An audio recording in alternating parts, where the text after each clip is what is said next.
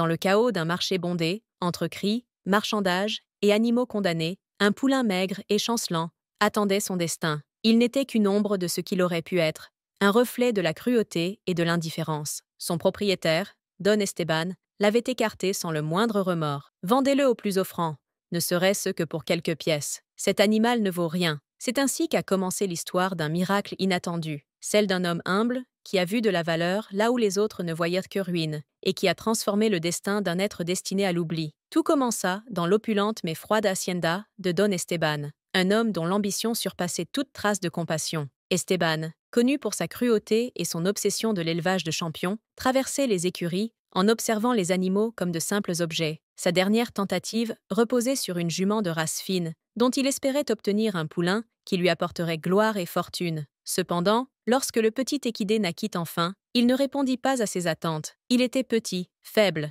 avec des jambes semblant à peine capables de le soutenir. « C'est une perte de temps », déclara-t-il avec mépris, avant d'ordonner qu'on l'emmène au marché et qu'on le vende à n'importe quel prix. Pendant ce temps, dans les champs voisins, Don Julián, un vieux paysan au cœur rempli de bonté, achevait sa journée de travail. Sa vie était simple, mais pleine de sens. Bien qu'il ne possédât pas de grandes richesses, sa ferme débordait de vie, grâce à son dévouement et à son amour pour les animaux qui l'entouraient. Ce matin-là, une intuition le poussa à se rendre au marché. Il n'avait pas l'habitude d'y acheter quoi que ce soit, mais une force inexplicable le guida entre les étals bondés. Au milieu du tumulte, son regard se posa sur le poulain. Il était attaché dans un coin, maigre, la tête basse. Pourtant, quelque chose en lui attira son attention. Peut-être était-ce la lueur infime dans ses yeux, ou le murmure d'une intuition qu'il ne pouvait ignorer. Sans trop hésiter, Julián s'approcha du vendeur. « Combien en voulez-vous ? Offrez ce que vous voulez. C'est plus un fardeau qu'autre chose. » Julián sortit les quelques pièces qu'il avait en poche, et l'affaire fut conclue. Personne sur le marché ne le remarqua,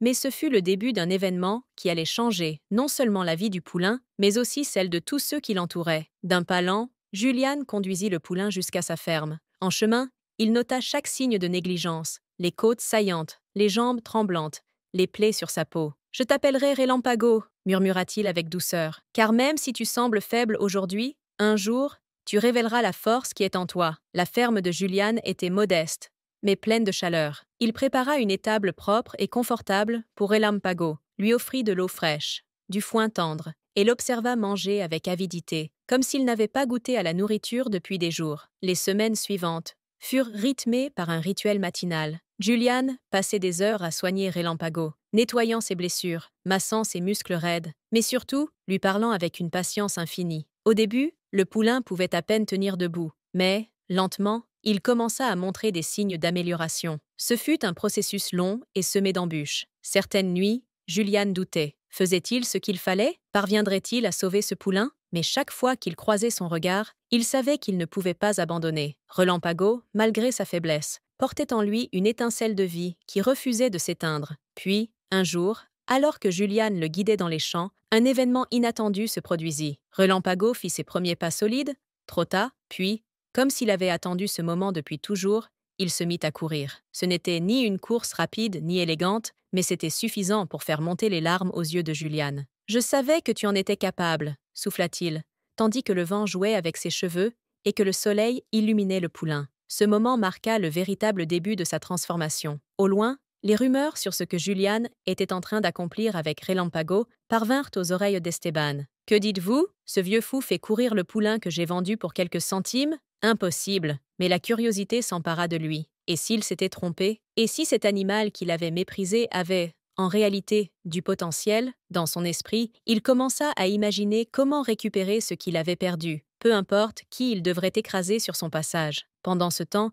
Julián poursuivait son travail avec Relampago. Il se moquait des rumeurs, des moqueries de certains. Pour lui, ce poulain représentait bien plus qu'une simple victoire. L'aube se levait sur le domaine de Don Julián, illuminant les champs où Relampago trottait avec une énergie nouvelle. Ses jambes, autrefois tremblantes sous le poids de son propre corps, se mouvait désormais avec force et détermination. Julián observait chacun de ses progrès, avec un mélange de fierté et d'émerveillement. Ce qui avait commencé comme un simple acte de compassion était en train de devenir une véritable mission de vie. Relampago n'était pas seulement un cheval, il était la preuve vivante que même les êtres les plus oubliés pouvaient renaître grâce à la persévérance. Les jours passaient au domaine, rythmés par le dur labeur. Julián se levait dès l'aube pour s'occuper de ses cultures et de ses quelques animaux, mais il trouvait toujours du temps pour entraîner Relampago. D'abord, il lui faisait faire de petites promenades dans les champs, afin de renforcer ses jambes et de lui apprendre à faire confiance à son environnement. Cependant, au fil des jours,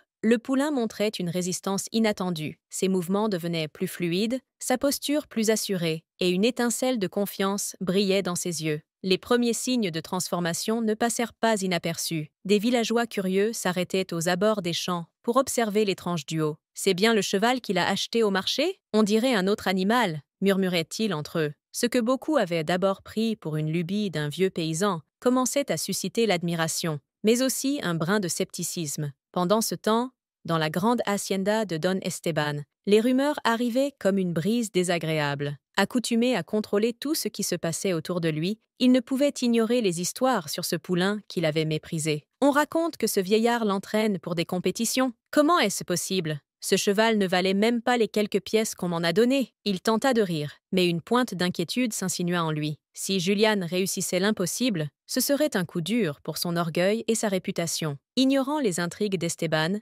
Julian poursuivait son travail avec détermination. Il savait que Relampago avait encore un long chemin à parcourir, mais chaque progrès renforçait sa volonté. Un après-midi, il décida d'emmener le poulain à un événement local, une petite course amicale, organisée par les villageois. Il ne s'agissait pas de gagner, mais de montrer à quel point Relampago avait progressé. Julian voulait aussi que l'animal s'habitue à l'ambiance des compétitions et apprenne à gérer la pression. À leur arrivée, la surprise fut générale. Certains observèrent Relampago avec curiosité, d'autres avec incrédulité. Mais personne ne pouvait nier qu'il n'avait plus rien à voir avec le frêle squelette titubant du marché. « C'est incroyable, regardez ce qu'il a accompli », murmura un voisin. Cependant, tous ne partageaient pas cet enthousiasme. « Ce cheval ne sera jamais un champion », lança quelqu'un d'un ton sceptique. Lorsque la course commença, Relampago n'était ni le plus rapide ni le plus fort, mais il courut avec une détermination inébranlable. Chaque foulée était la preuve du chemin parcouru. Il ne gagne pas, mais sa performance suffit à changer bien des regards. De son côté, Julian ne pouvait être plus fier. Pour lui,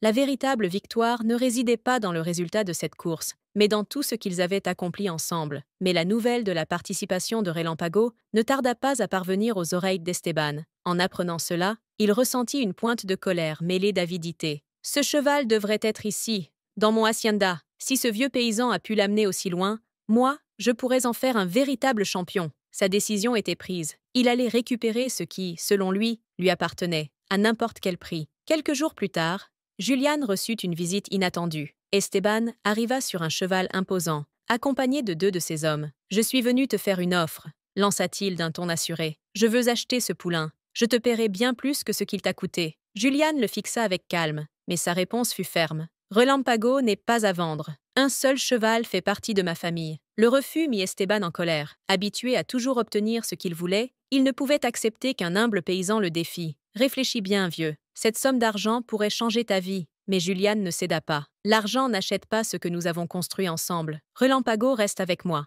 Esteban partit furieux, mais pas sans avoir clairement fait comprendre qu'il ne comptait pas abandonner. Alors qu'il chevauchait vers son hacienda, il planifiait déjà son prochain coup. S'il ne pouvait pas acheter le poulain, il trouverait un autre moyen de se l'approprier. Julian, quant à lui, savait que les paroles d'Esteban étaient une menace. Cette nuit-là, en caressant Relampago, il se promit de tout faire pour le protéger. La tranquillité qui régnait sur la ferme commençait à s'effriter. Une ombre d'incertitude planait sur eux. Ce que Julian ignorait, c'était qu'Esteban était prêt à aller plus loin que quiconque aurait pu l'imaginer. Le soleil se levait timidement sur les champs, mais la paix de la ferme de Don Julian allait être brisée. Bien que le paysan poursuivît son travail avec dévouement, s'occupant de Relampago et cultivant sa terre modeste, il ne pouvait ignorer cette sensation d'inquiétude qui le rongeait. Les mots d'Esteban résonnaient encore dans son esprit. « Réfléchis bien, vieux. » Julian savait que l'ambition du propriétaire terrien était sans limite et que son refus ne marquerait pas la fin de cette histoire. Pendant ce temps, à l'hacienda d'Esteban, les préparatifs étaient en cours. Il avait décidé d'emprunter un chemin plus sombre pour récupérer le poulain. Usant de son influence et de ses contacts, il manipula les autorités locales et, avec des documents falsifiés, accusa Julian d'avoir pris un cheval qui ne lui appartenait pas. La stratégie était simple, mais efficace. S'il ne pouvait pas acheter Relampago, il le lui arracherait sous couvert de la loi. Le calme de la ferme de Julian fut interrompu un matin par l'arrivée d'un groupe d'hommes escortés par un officier. L'ancien sortit à leur rencontre, confus mais sans peur. « En quoi puis-je vous aider » demanda-t-il avec son habituel sang-froid. « Don Julian, nous avons reçu une plainte selon laquelle le poulain que vous détenez aurait été acquis illégalement. Nous devons le confisquer immédiatement. » Julian sentit son cœur s'arrêter un instant. « C'est faux! J'ai acheté Relampago sur le marché et j'ai des témoins qui peuvent en attester. » L'officier, visiblement mal à l'aise, baissa les yeux. « Je suis désolé, mais j'ai reçu l'ordre d'emmener le cheval le temps que l'affaire soit éclaircie. » Les hommes avancèrent d'un vers l'écurie. Relampago, comme s'il comprenait ce qui se passait, recula nerveusement, hennissant avec force. Julian, les larmes aux yeux, s'interposa. « S'il vous plaît, ne faites pas ça. Cet animal n'est pas seulement à moi. Il fait partie de ma vie. » Mais ses supplications tombèrent dans l'oreille d'un sourd. On l'écarta, tandis qu'ils emmenaient le poulain de force. Relampago fut arraché à sa maison, son hennissement résonnant comme un écho d'injustice. La nouvelle se répandit rapidement dans le village, provoquant l'indignation des habitants. Beaucoup connaissaient les méthodes d'Esteban et reconnaissaient sa main derrière cette machination. Certains commencèrent à se rassembler autour de Julian pour lui offrir leur soutien. « Ce n'est pas juste !» s'indigna un jeune paysan. « Nous savons que Relampago est à vous, et nous le récupérerons !» Julian remercia le soutien, mais il était anéanti. Assis devant son écurie vide, il avait l'impression qu'une partie de lui-même lui avait été arrachée. À l'hacienda d'Esteban, Relampago fut enfermé dans une luxueuse écurie, froide et impersonnelle, entourée d'autres chevaux de race. De loin, Esteban l'observait, un sourire triomphant aux lèvres. « Maintenant, tu es là où tu dois être », murmura-t-il. Cependant, il ne tarda pas à remarquer quelque chose d'inhabituel. Relampago ne se comportait pas comme les autres chevaux. Il refusait de manger, hennissait sans cesse, et frappait les parois de son enclos comme s'il cherchait à s'échapper. Son corps était retenu dans cette écurie, mais son esprit restait lié à Julian et aux terres où il avait grandi. Face à l'injustice, la communauté décida d'agir. Se dresser contre Esteban était risqué, mais il ne pouvait rester les bras croisés. Un groupe, mené par le jeune paysan, se rendit chez le maire du village pour exiger justice. De son côté, Julian, bien que brisé, commença à élaborer un plan. Il ne laisserait pas Relampago entre les mains d'Esteban. Si la loi n'était pas de son côté, il trouverait un autre moyen de le récupérer. Une nuit, alors que l'hacienda d'Esteban dormait, Julian s'approcha discrètement. C'était risqué, mais il ne pouvait plus attendre. Il se glissa dans l'ombre, jusqu'à l'écurie où se trouvait Relampago. En le voyant, le poulain hennit doucement, reconnaissant son ami. Julian caressa sa crinière et murmura « Je ne vais pas te laisser ici, mon petit. Tu rentreras chez toi. » Cependant, avant qu'il ne puisse le libérer, il fut surpris par l'un des ouvriers d'Esteban, qui donna aussitôt l'alerte. En un instant, la finca fut envahie de lumières et de cris. Julian fut capturé et conduit devant Esteban. « Tu croyais pouvoir me voler ?» lança le propriétaire terrien avec un sourire cruel. « Ce cheval est à moi, vieux fou. Tu n'as aucun droit sur lui. »« Il n'est pas à toi, Esteban. »« Il ne l'a jamais été, » répliqua Julian. « Relampago appartient à ceux qui l'aiment et prennent soin de lui, pas à ceux qui le méprisent. » Les paroles de Julian résonnèrent dans l'air, mais Esteban, aveuglé par son arrogance, ordonna son emprisonnement sous l'accusation de vol. La situation semblait désespérée, mais la communauté ne resta pas les bras croisés. Le lendemain, un groupe de voisins se dirigea vers la propriété d'Esteban. D'abord des dizaines, puis des centaines, unis pour une cause commune. Ensemble, ils affrontèrent le propriétaire terrien et exigèrent la libération de Julian et de Relampago. Esteban, dépassé par la pression, tenta de négocier. « Que voulez-vous de moi? Ce cheval est à moi, et la loi est de mon côté. Ton ambition et ta cruauté ne te donnent aucun droit sur ce que tu n'as pas su apprécier, » lança l'un des villageois. « Rends-nous le poulain et laisse Julian en paix, ou nous affronterons les conséquences ensemble. » Pour la première fois, Esteban hésita. Son pouvoir était grand, mais l'unité du peuple était plus forte encore. La situation était sur le point d'atteindre un point de rupture, et le sort de Relampago, ainsi que celui de tous les impliqués, ne tenait qu'à un fil. La tension était palpable. Devant les portes du domaine, la foule ne cessait de grandir, scandant avec ferveur « Libérez Don Julian! Rendez-nous Relampago !» Ces cris formaient un chœur d'unité, une force que même Esteban n'avait pas anticipée. Depuis le balcon de sa grande demeure, il observait les paysans avec un mélange de mépris et d'inquiétude. Il avait toujours cru que son influence et sa richesse étaient intouchables, mais cette fois, il se retrouvait face à une force bien plus redoutable, la volonté d'un peuple lassé de ses abus. Dans l'écurie, Relampago frappait contre les parois, son agitation grandissant à chaque minute. Il pouvait sentir la présence de Julian, même à distance. Au fond de lui, la flamme que son maître avait allumée par son amour et sa patience brûlaient plus intensément que jamais. Enfermé dans une petite pièce, Julian refusait de perdre espoir. Il savait que la communauté se battait pour lui et pour Relampago, et cette certitude lui donnait de la force. « Ils vont nous sortir de là, mon petit », murmura-t-il, comme si le poulain pouvait l'entendre. Esteban, comprenant que la foule ne se disperserait pas si facilement, imagina un stratagème pour les humilier. Il descendit jusqu'au grand portail et, d'un geste arrogant, demanda le silence. « Écoutez-moi bien, dit-il avec un sourire moqueur. Puisque vous tenez tant à ce cheval, je vous propose un marché. Dans une semaine, nous organiserons une course ici même. Si Relampago gagne, je le rendrai à Julian et je libérerai tous les animaux encore présents sur cette propriété. Mais s'il perd, il restera à moi pour toujours, et vous n'aurez plus jamais le droit de poser un pied sur mes terres. » Un silence s'abattit sur la foule. C'était un pari risqué, mais ils n'avaient pas d'autre choix. Un jeune homme s'avança et déclara avec assurance. « Nous acceptons. Prépare-toi, Esteban, car Relampago va te prouver que l'amour et la détermination valent plus que ta cupidité. » Dans les jours qui suivirent, Julian fut libéré sous la condition qu'il ne quitte pas la propriété avant la course. La communauté se mobilisa pour préparer Relampago. Ils lui apportèrent de la nourriture, des soins et tout ce dont il avait besoin pour être en pleine forme. Sous la surveillance des hommes d'Esteban,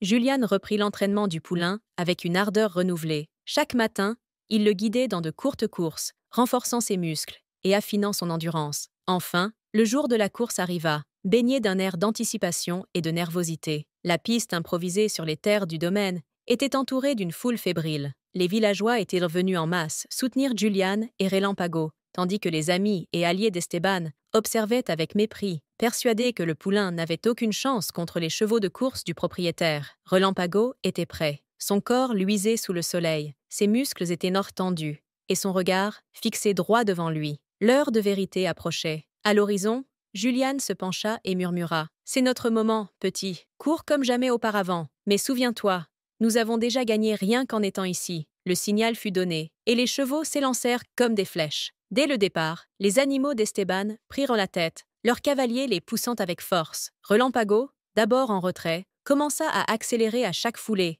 sa résistance et sa détermination dépassant toutes les attentes. À mi-course, l'un des cavaliers d'Esteban, suivant des ordres secrets, tenta de bloquer Relampago, le forçant à s'écarter vers un terrain irrégulier. La foule retint son souffle en voyant le poulain trébucher. Mais contre toute attente, il retrouva son équilibre et revint sur la piste principale. Son esprit indomptable était évident. Il ne renoncerait pas sans lutter jusqu'au bout. Dans les derniers kilomètres, la course devint un duel entre Relampago et le cheval de tête d'Esteban, un animal imposant, entraîné pour gagner à tout prix. Les deux couraient côte à côte, leur pas résonnant comme le tonnerre. Julian, le cœur battant à tout rompre, cria « Vas-y, Relampago, c'est ton moment !» Dans un ultime effort de pure volonté, le poulain allongea son corps au maximum et franchit la ligne d'arrivée, juste un instant avant son adversaire. Un silence s'installa, puis la foule éclata en acclamations et en larmes de joie. Ils avaient gagné. Relampago avait prouvé que la détermination et l'amour pouvaient triompher de tous les obstacles.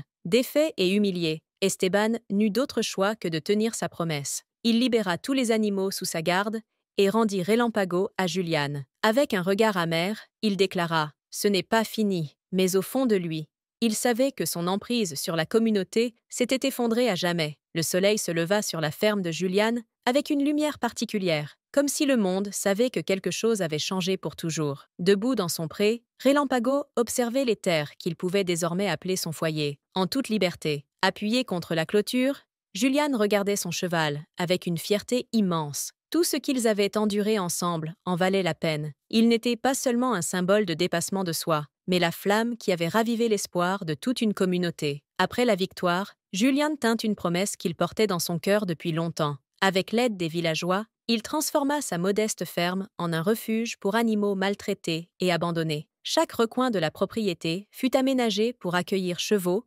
chiens, chats et autres animaux sans foyer. « Ici, ils seront en sécurité », dit-il en ouvrant les portes aux premiers pensionnaires. « Ici, ils recevront l'amour qu'ils méritent. » Inspirés par Julian et Relampago, la communauté se mobilisa. Les paysans, autrefois isolés dans leur lutte quotidienne, unirent leurs forces. Certains apportèrent de la nourriture et des matériaux pour construire de nouveaux abris, tandis que d'autres offrirent leur temps pour soigner les animaux. Les familles dans le besoin trouvèrent aussi du réconfort dans la ferme, qui devint bien plus qu'un refuge, un véritable centre d'espoir. Quant à Relampago, il devint le symbole vivant de ce que l'amour et la persévérance pouvaient accomplir. Son histoire se propagea bien au-delà du village, attirant des visiteurs de partout. Les gens vinrent le voir, rencontrer Juliane et apprendre de leur exemple. Ce qui avait commencé comme un simple acte de compassion s'était transformé en un mouvement, une révolution silencieuse, prouvant que la bonté pouvait changer le monde. Dans la hacienda d'Esteban, les choses étaient en hâte bien différentes. Autrefois puissant, le propriétaire terrien avait perdu sa réputation et son influence. Désormais unis, les villageois ne toléraient point plus ses abus. Même ses anciens ouvriers, autrefois soumis à sa tyrannie, l'abandonnèrent pour rejoindre la ferme de Julien. Face à la solitude, Esteban commença à réfléchir à ses actes. D'abord, son orgueil l'empêcha d'accepter la vérité, mais avec le temps, il comprit que son ambition démesurée avait détruit tout ce qui comptait vraiment dans sa vie. Un jour, à la surprise générale, Esteban se présenta à la ferme de Juliane. Il portait des vêtements simples, et son visage exprimait une humilité nouvelle. Juliane, méfiant mais serein, lui demanda « Que viens-tu faire ici, Esteban ?» L'homme baissa les yeux et répondit « Je viens offrir mon aide. Je sais que je ne peux pas effacer le mal que j'ai fait, mais je veux essayer de me racheter. » Juliane l'observa en silence.